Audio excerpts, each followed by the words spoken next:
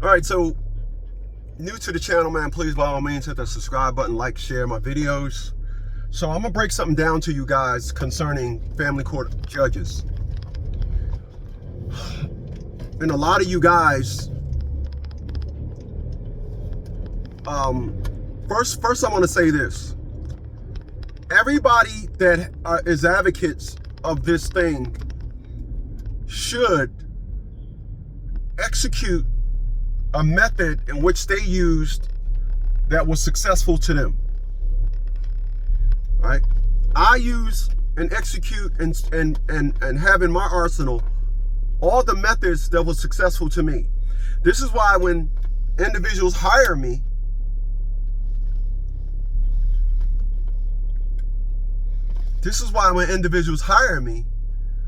I'm not quick to abduct someone else's methods. I execute that in which all that I've used when it comes to my bankruptcy information, amendments, refiling, everything. I use everything that I use when it comes to my book that I wrote, Leases and Liens, and help you protect your stuff, be it putting liens on stuff. I used all of that myself, right? A lot of you guys go to court and you're intimidated by the judge, but you don't have a perspective or narrative in place like we have over here. So allow me. My perspective and narrative in everything that I do and how I execute when it comes to family court judges is to get them to violate their oath. All right? Everything that I do, the question that I ask, everything is designed to have a judge violate his oath of office. And you do this by not having an attorney so you can invoke all the line of questioning. If you have an attorney, do you think a family court attorney is going to ask, why are you only giving me weekends with my child and I've done nothing wrong?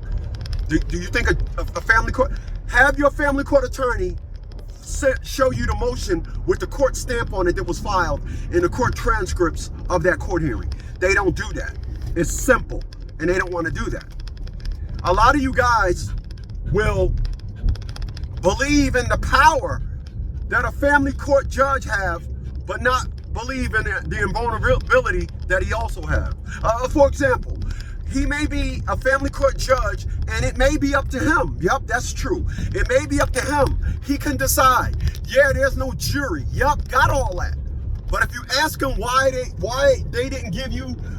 only gave you visitation on the weekends, if you ask them why they only gave you supervised visitation and they said, I'm not going to answer that, that's not incompetence.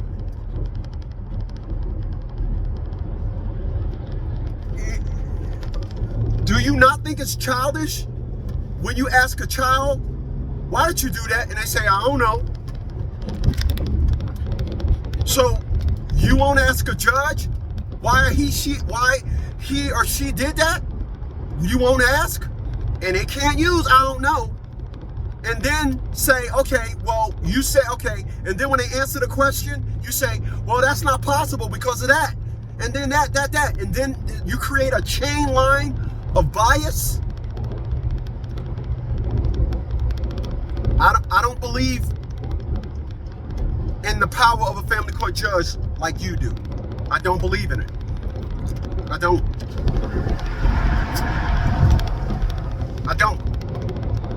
I don't believe in the narrative a family court judge can believe in, they can do whatever they want to do. I don't believe that. You do.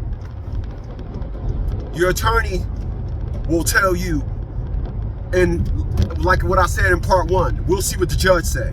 I'm not going to file nothing. I'm not going to file a motion. We'll see what the judge say.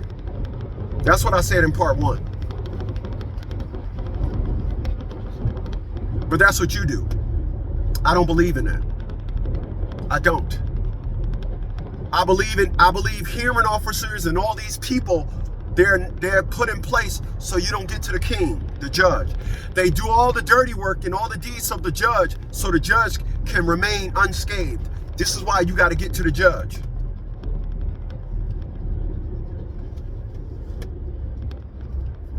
Why do you need a lawyer in an arena where law doesn't exist? Why? Why? What is going on?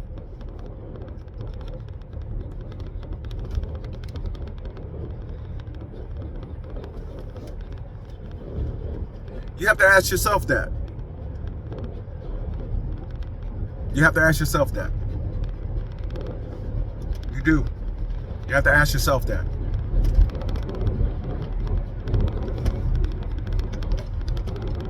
Again,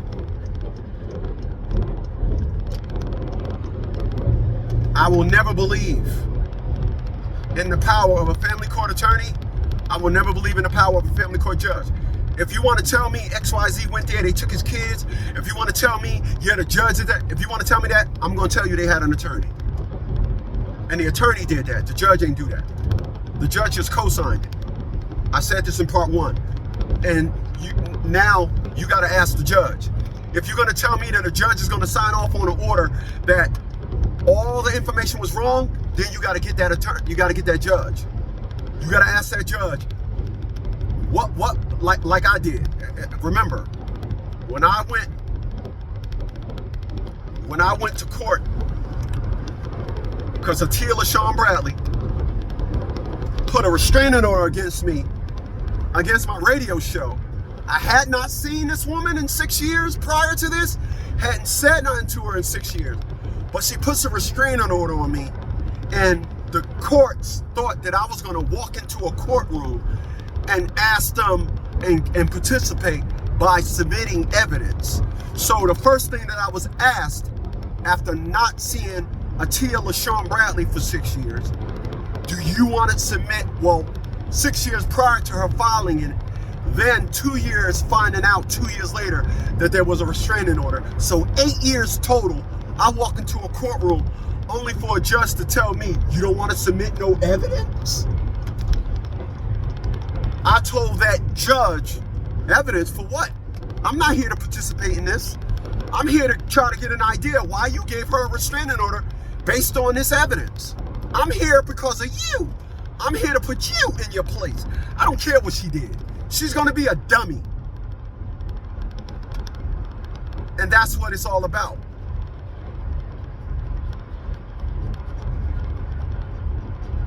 I hate when they get in a fast lane and then drive slow. I really hate that.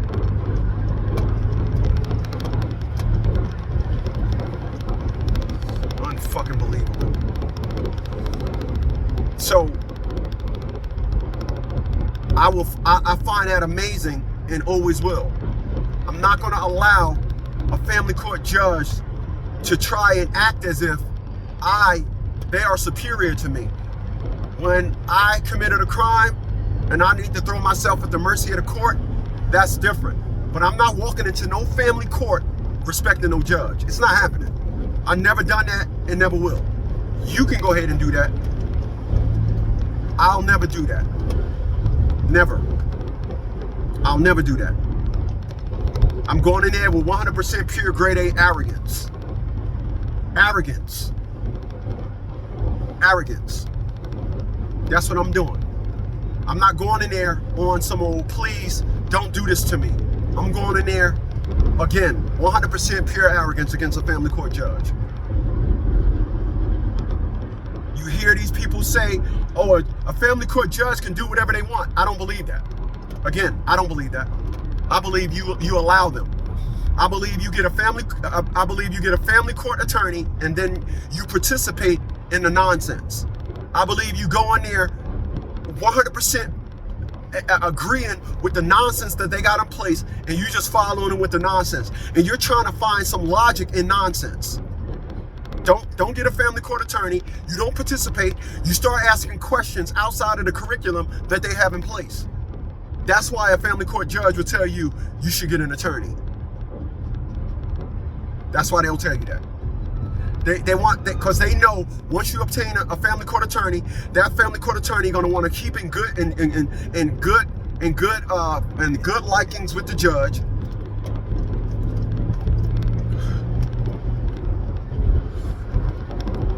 going to want to keep in good likings with the judge and say, oh, well, I don't want to be out of favor with the judge. And quite frankly, they're all part of the same thing. So I will never, ever believe in a family court judge, nor would I believe in a family court attorney. I haven't. That's why I got the success that I got. That's why I have this business.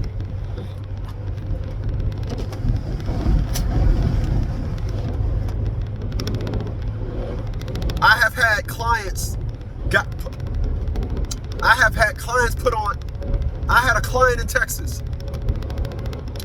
that had a restraining order put on him 2 weeks before he had to go to court. Under the context of the father molested both of the kids. Under the context of they didn't actually say it. The mother said, what's wrong with your coochie area, daughter? What's wrong with your dick area, son? And then both kids put their hand and spiraled it in their area. And a judge down in Texas said, I'll take this as basis for a restraining order.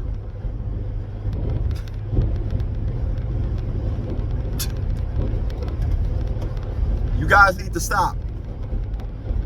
You guys need to stop.